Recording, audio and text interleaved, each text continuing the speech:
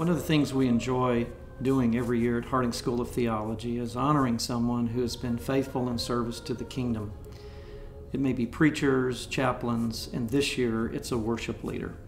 I think this story of the life and ministry of Leon Sanderson will be an encouragement to you to be faithful in your own service and in your own life, and be a cause of praising God for how He has worked in the lives of His people today.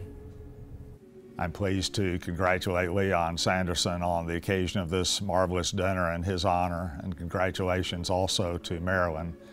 When I think of Leon and Marilyn, I always have a smile on my face. I always think of a couple that is so genuine and so Christian in every respect.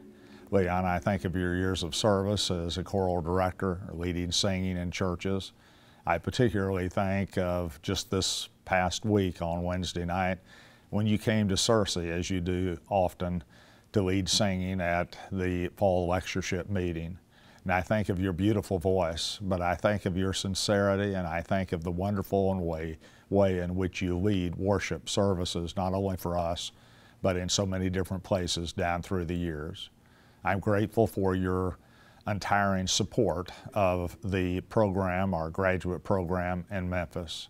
I know you've received every degree we offer there, so you know it well, but I'm grateful for the fact that at every event that I attend, you're always there, and you're one of the most encouraging people that I've ever met in my life. Congratulations to you on being honored this evening for your significant accomplishments in life. My name is Texas Stevens. Many years ago, I was part of a quartet with Leon Sanderson, Wilkin Bacon, Paul Epps, and myself. We traveled the nation and even some in Canada, teaching people how to sing praises to the Lord. It wasn't long after we started that Leon began to come with us, and he entered many times into the singing, making a quintet. Leon and I seemed to hit it off pretty well. He and I spent many long hours talking together about things that concerned him and about regular things. I had no idea at the time the impact that our visits were having on this young man. God has a way of taking a small seed and making something great out of it. And Leon Sanderson is a great man, a great servant of the Most High God.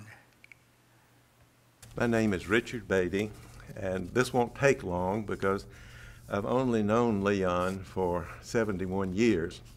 But then if we fast forward 20 years, I finished up the 16 years at Lipscomb, and then was invited to join the faculty of the Harding Graduate School, which was just getting underway in those days.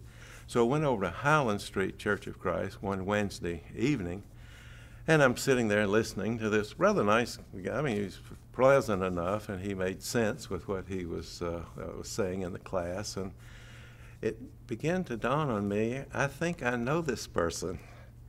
And as more I listened and the more I began to reflect, this was Leon Sanderson, who was teaching the class there at Highland Street.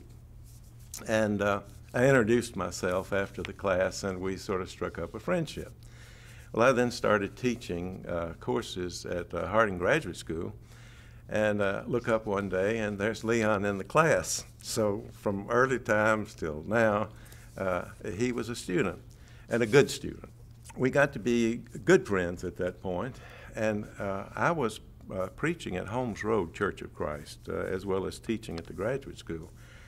And then I got an opportunity to go to Germany to study for a year, and I looked around to say, what preacher do I know that would be a good and effective preacher for these people? And I asked Leon if he would consider it.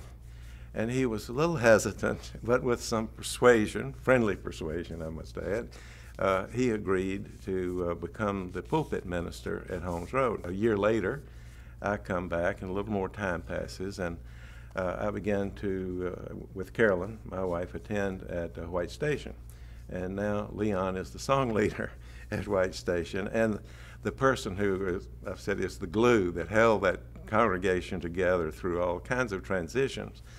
Well, Leon, I'd like to congratulate you on the service that you have rendered to the church for over half a century, and I know from personal acquaintance with you that you have enriched the church and the life of the people and have lifted the fellowship to a level that is most commendable. And I am pleased and proud to name you among my very closest friends. And I wish you the best for the future. Well, I'm Murray Sanderson, Leon's youngest child of 3. I'm proud to be his son. Of course, I have a lot of memories. I've known my dad since I was 0 years old. Just so much of a fun family atmosphere he created in our home. There was always singing, not surprisingly. There was always lots of good food. There was always lots of laughter, jokes. Early memories would include just fun family trips. I got to go along with Dad and Granddad on some of the singing schools. And back in the day, those were 2 weeks long at times, and we would go to school all day and learn how to direct music. And I still remember my granddad teaching me to hold a hymnal in one hand and stand at a doorway, have the door right here, and then have my right hand over here so I could learn how to direct without knocking the hymnal out of my hand. So from early on, I watched them teach students, and then I became a student in the singing schools and tried to learn as much as I could from them. And now we have these fancy names like worship leader.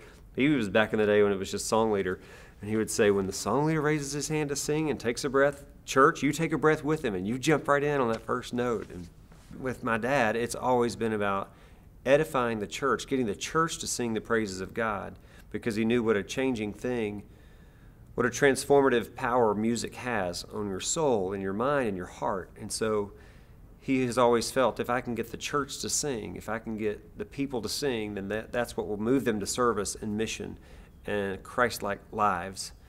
Dad, I'm proud of you. I'm thankful for you.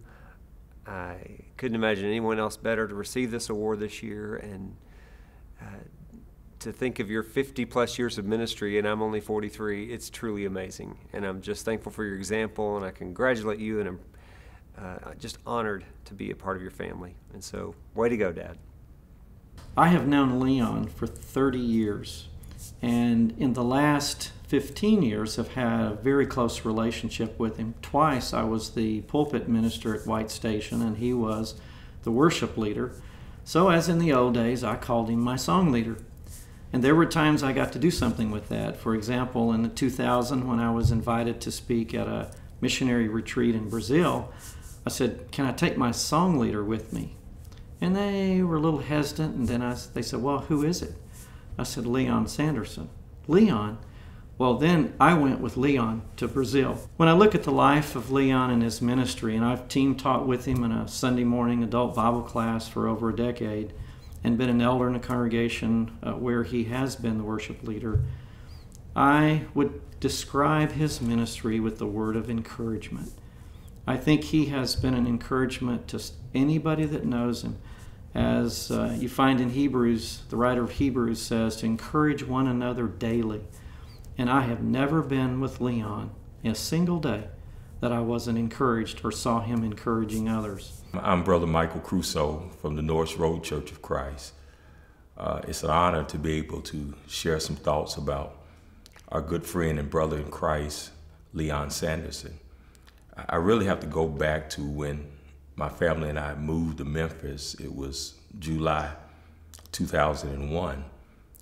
We met Betty Copeland at Harding Academy. We enrolled our youngest daughter there. And one of the first things that Betty mentioned was the fellowship between the North Road Church and the White Station Church. And she was just excited about it. And I was really excited, looking forward to meeting new friends, brothers and sisters in Christ. And so when we started that meeting, when I started that meeting, Brother Yeldell he and Leon had started this several years ago, but I got an opportunity to meet Leon in August, and he reached out to our family, reached out to the North Road Church, and he just has a magnetic, charismatic personality, and we've been friends ever since. One of the things I appreciate about Leon is his creativity. He's always trying to come up with ideas of how the two congregations can work together. And I've looked forward to that, and we've talked about some things. And even right now, the White Station Church and Norris Road working together with our literacy program. Norris Road started a literacy program about 3 years ago, and now some of the members at White Station are part of that. And Leon is very positive, and he's always wanted the two churches to work together. When I think about Leon, I think about Barnabas in the Bible. Barnabas was the son of encouragement, and that just seems to be Leon's spirit. He's always encouraging. And even when my daughter took ill, Leon showed a personal interest in her illness, and the members at White Station sent cards and prayers, and I always knew that we had the prayers of the saints at White Station during her illness. Leon and I and his wife and my wife, we met each other at the Grizzly game. Matter of fact, we were sitting next to each other in a press box, and we really enjoyed the game. So not only do we have fellowship in Christ, but we were able to have fellowship in a social setting. So I want to say to my brother and my good friend in Christ, we appreciate you. We love you for your service to the Lord's kingdom. And we just pray that God will give you many years, many more years of service. Thank you for just being a humble and a great servant. May God bless you.